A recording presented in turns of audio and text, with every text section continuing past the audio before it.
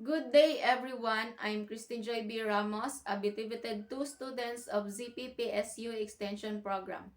And for today, I will discuss the primary source and secondary source of the subject Readings in the Philippine History. First, let us know what is primary source and secondary source. The primary source can be an eyewitness account or first-hand account of a particular event. And a secondary source is usually an assessment or a commentary of events, people, or institutions of the past. So I have here 10 examples of primary source and secondary source. My examples of the primary source are 10 artifacts. Number 1 is Yawning Jarlet of Leta Cave. This jarlet, declared a national cultural treasure, is the earliest spot recovered in the country. So it has a distinct rim that resembles a shouting or yawning person. The Yawning Jarlet was discovered by Dr. Robert Fox in Leta Cave, Northern Palawan in 1965. This jarlet is associated with the late Neolithic period, approximately 1000 to 15 BC. So it was excavated in a burial site where a stone adds as well as other intact pieces of pottery, including a stem cup and a footed jarlet, both of which are also declared national cultural treasures. So next is the Monongal Jar. The Monongal Jar is a Neolithic jar found in Monongal Cave at Lipuon Point, Palawan in the early 1960s. So this is a secondary burial wherein the bones of the corpse are placed inside. The top portion of the jar contains scroll designs and a boat with two human figures, one guiding the boat while the other is going to the afterlife. So the Monongal Jar is one of the most important archaeological artifacts in the Philippines as it signifies not only prehistoric indigenous burial practices but also the beliefs in the soul and life after death of early Filipinos. Next is Kaliamman. In 2007, a group of archaeologists led by Dr. Armand Mijares of UP Diliman discovered a foot bone in Callao Cave in Piña Blanca, Cagayan. The said skeletal remain, specifically the third metatarsal of the foot, is said to be the earliest human fossil found in the Asia-Pacific region. So it was also revealed that the foot bone is approximately 67,000 years old and was a mere of 61 millimeters or 2.4 inches. Next is Gold Death Mask of Oton. Gold Death Mask of Oton is another national cultural treasures was discovered by archaeologists Alfredo Evangelista and F. Landa Hucano in Oton, Iloilo at 1960s. It consists of gold eye mask and nose disc. So the death mask was believed to repel evil spirits from entering the body. So the practice of putting death masks was adapted from the Chinese, which also signifies cultural and economic relations with them. And the death mask is a testament to rich burial tradition of early Filipinos and their belief in the afterlife. So aside from its religious importance, the death mask is manifestation of early Filipino goldsmiths as a profession in the pre-colonial society. Next is the Bolinao skull. So the skull have teeth decorated with gold ornaments, a symbol of wealth and bravery during the prehistoric era. The Bolinao skull stands out because gold scale were observed on the buccal surfaces of the upper and lower ancestors and canines.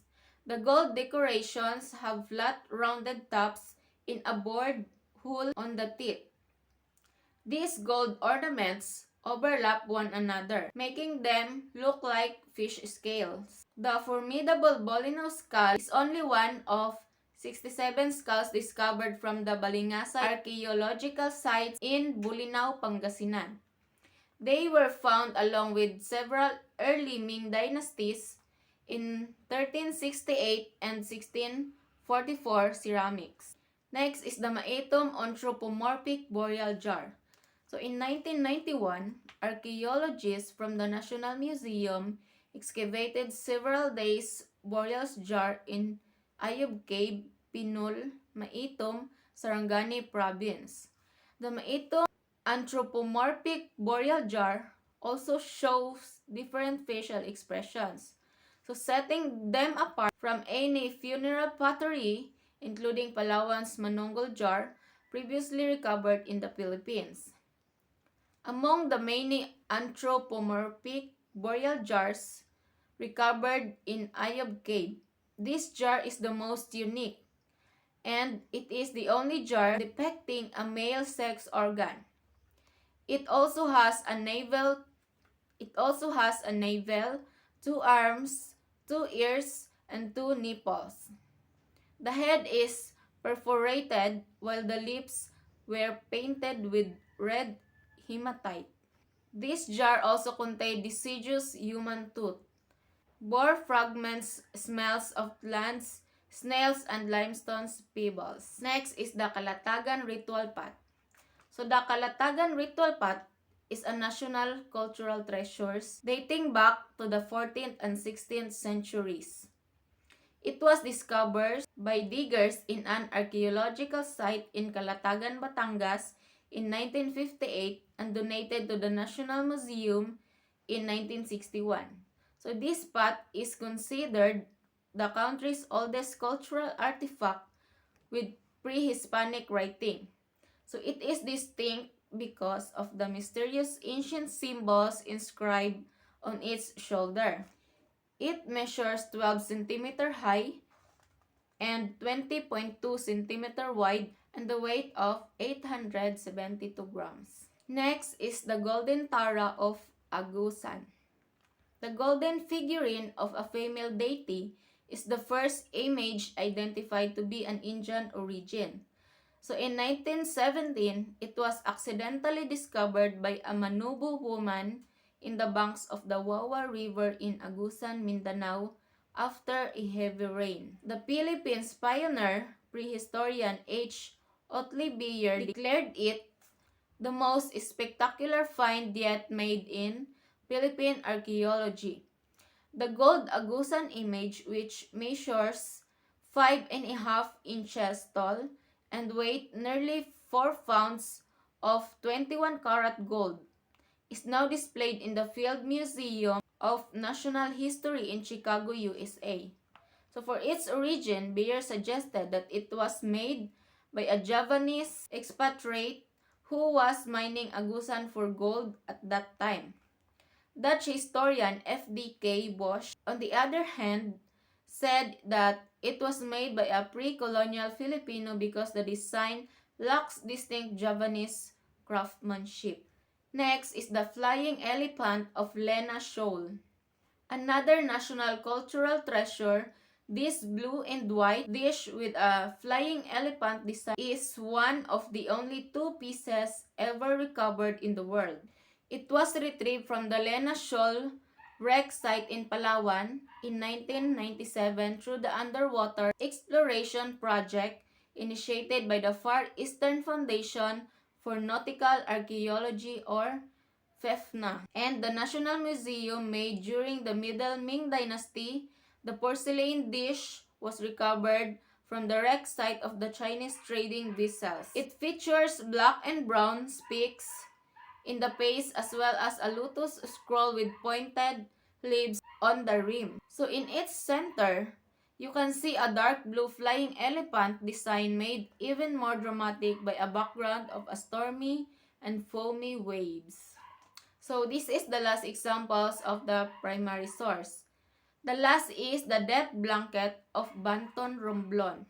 The Banton burial cloth is another national cultural treasure. Is just a piece of the blanket used by Filipinos in the 13th and 14th century to wrap a corpse. So it was found in the 1960s inside the Guyangan Cave in Banton, Romblon, along with other artifacts such as a Ming period blue and white ceramics.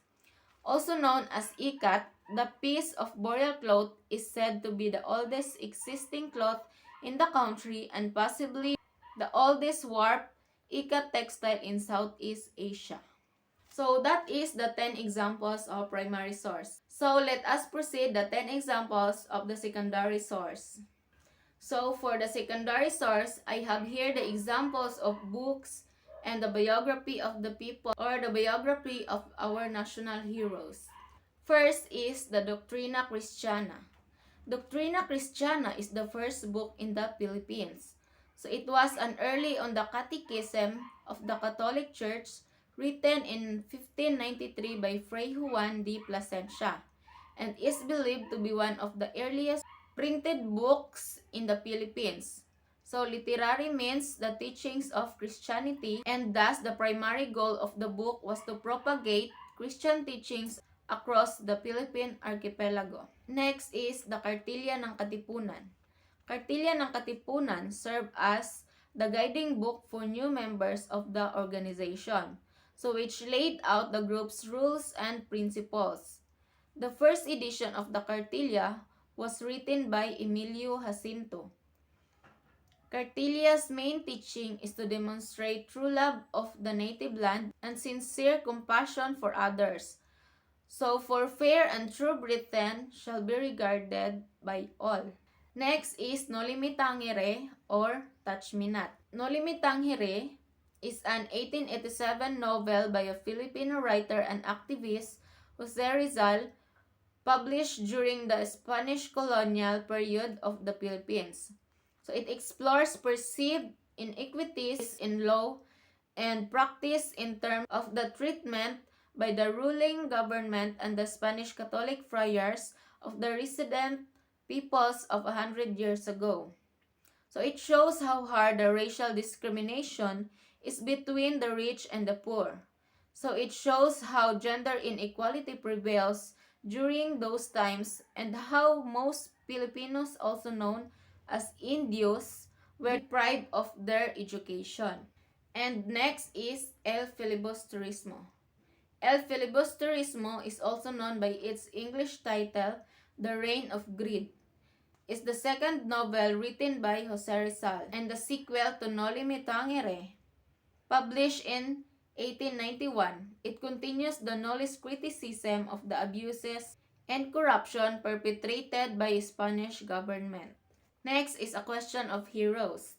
National Artist for Literature Nick Joaquin released A Question of Heroes in 1997. It is a collection of critical essays on the most well-known Filipino heroes such as Jose Rizal, Andres Bonifacio, Apolinario Mabini, and General Antonio Luna, giving us a more humanized perspective of these historical figures. It was also a reference for a film about General Gregorio del Pilar's life, Goyo, ang Batang General. Next is the story of our country. Historian Leandro Fernandez wrote the story of our country to tell our country's history to the younger readers. It begins with how our ancestors lived before the Europeans arrived and recounts the country's biggest historical event leading up to the end of the Filipino-American War. So this book published in 1927. Next is Jose Rizal's political and historical writings. So aside from Noli Me Tangere and El Filibusterismo, Rizal's other writings are also available for free reading online. These writings deal with a variety of subjects concerning the Filipinos and the multitudinous problems, political, economic, social, and religious. Shining through all of them, all is Rizal's passionate love of his native land. So this book published in 1961. So the last three examples is the biography. Andres Bonifacio. Andres Bonifacio was a Freemason and revolutionary leader. He was born on November 30, 1863 in Tondo, Manila and died on May 10, 1897 in Maragondon, Cavite at the age of 33. He is often called the father of the Philippine Revolution and considered one of the national hero of the Philippines. Next example is Emilio Aguinaldo. Emilio Aguinaldo was a Filipino revolutionary, statesman, and military leader who is the youngest president of the Philippines and is recognized as the first president of the Philippines and of an Asian constitutional republic. Emilio Aguinaldo was born on March 22, 1869 at Kawit and died on February 6, 1964 at Quezon City. And the last is Jose Rizal. Jose Rizal was a Filipino nationalist, writer, and polymath active at the end of the Spanish colonial period of the Philippines. And Jose Rizal also he is our national hero. He was born on June 19, 1861 at Calamba and died on December 30, 1869 at Rizal Park, Manila. So that's all for the examples of the primary and secondary source. I hope you learned something and don't forget to share this video to your friends so that we can learn together. Bye!